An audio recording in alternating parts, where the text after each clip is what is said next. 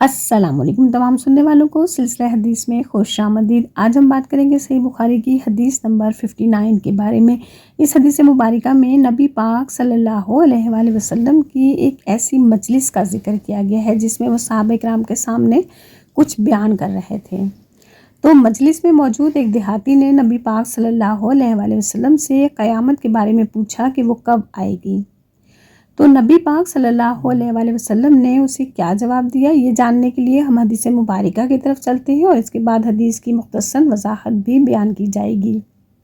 حدیث نمبر 59 حضرت ابو ہریرہ رضی اللہ تعالیٰ عنہ سے روایت ہے، ایک مرتبہ نبی صلی اللہ علیہ وآلہ وسلم مجلس میں لوگوں سے کچھ بیان کر رہے تھے کہ ایک دیہاتی آپ کے پاس آیا اور کہنے لگا قیامت کب آئے گی۔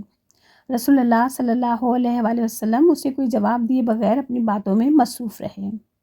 حاضرین میں سے کچھ لوگ کہنے لگے، آپ نے دیہاتی کی بات کو سن تو لیا ہے لیکن اسے پسند نہیں فرمایا، اور بعض کہنے لگے ایسا نہیں ہے بلکہ آپ نے سنا ہی نہیں۔ جب آپ اپنی گفتگو ختم کر چکے تو فرمایا، قیامت کے متعلق پوچھنے والا کہاں ہے؟ دیہاتی نے کہا، ہاں یا رسول اللہ، میں حاضر ہوں۔ آپ نے فرمایا، جب امانت ضائع کر دی جائے تو قیامت کا انتظار کرو۔ اس نے دریافت کیا، امانت کس طرح ضائع ہوگی؟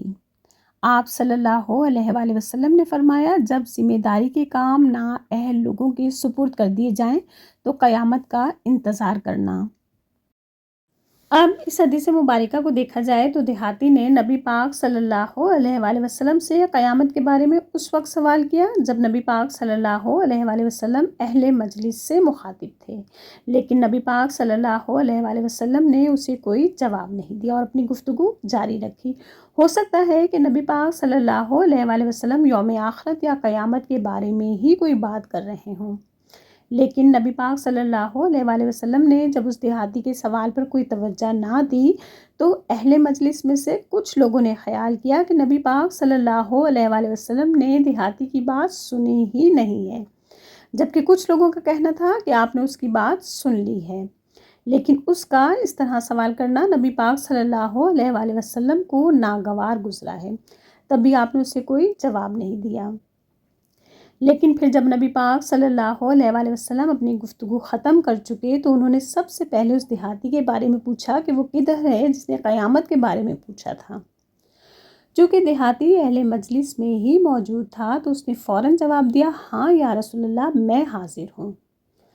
پھر نبی پاک صلی اللہ علیہ وآلہ وسلم نے فرمایا، جب امانت ضائع کر دی جائے تو قیامت کا انتظار کرو۔ دیہاتی نبی پاک صلی اللہ علیہ وآلہ وسلم کی بات نہیں سمجھ پایا۔ اس نے پوچھا، امانت کس طرح ضائع ہوگی؟ تو نبی پاک صلی اللہ علیہ وآلہ وسلم نے فرمایا، جب ذمہ داری کے کام نااہل لوگوں کے سپرد کر دیے جائیں تو قیامت کا انتظار کرنا۔ مطلب یہ کہ جب ذمہ داریاں، عہدے، معاملات ان لوگوں کے سپرد کر دیے جائیں گے جو نااہل ہوں گے، یعنی وہ لوگ اس قابل ہی نہیں ہوں گے کہ اپنے عہدے کو جانبداری کے ساتھ، امانت داری کے ساتھ چلا سکے، تو سمجھو قیامت قریب ہے۔ اب آپ خود دیکھیے کہ ہم جس معاشرے میں رہتے ہیں وہاں کون سا ایسا ڈپارٹمنٹ ہے جہاں 100% لوگ امانت داری کے ساتھ اپنے کام کو احسن طریقے سے ادا کر رہے ہیں۔ کہیں جھوٹ بولا جا رہا ہے، کہیں رشوت لی جا رہی ہے، کہیں کرپشن ہے، کہیں ظالم کو مظلوم اور مظلوم کو ظالم بنا کر پیش کیا جا رہا ہے۔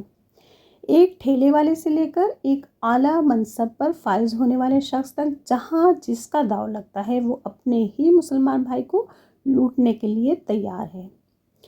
اب اہل علم نے اس حدیث مبارکہ کی تشریحات میں اس بات کو بھی بیان کیا ہے کہ جب کوئی شخص کسی قسم کی علمی گفتگو میں مصروف ہو تو حاضرین کو چاہیے کہ اس وقت تک انتظار کریں جب تک کہ گفتگو ختم نہ ہو جائے، کیونکہ درمیان گفتگو کسی بھی قسم کا سوال کرنے سے گفتگو کا رخ کسی دوسری جگہ جا سکتا ہے، جس مقصد کے تحت، جس مسئلے کے تحت بات کی جا رہی ہوتی ہے وہ مقصد فوت ہو جاتا ہے، اور وہ شخص جو کہ اہل مجلس سے مخاطب ہو اس سے بھی چاہیے کہ پہلے اپنی بات پوری کرے، پھر اس کے بعد کسی کے پوچھے گئے سوال کا جواب دے۔ امید کرتی ہوں کہ آپ حدیث مبارکہ کا مفہوم اچھے طریقے سے سمجھ گئے ہوں گے۔ اگر ویڈیو پسند آئے تو لائک اور صدقہ جاری کے طور پہ شیئر کرنا نہ بھولیے گا، اور اگر چینل پر نئے ہیں تو برائے مہربانی چینل کو سبسکرائب کرتے جائیے۔ اس کے ساتھ ہی اجازت دیجیے، انشاءاللہ پھر ملتے ہیں۔ اللہ حافظ۔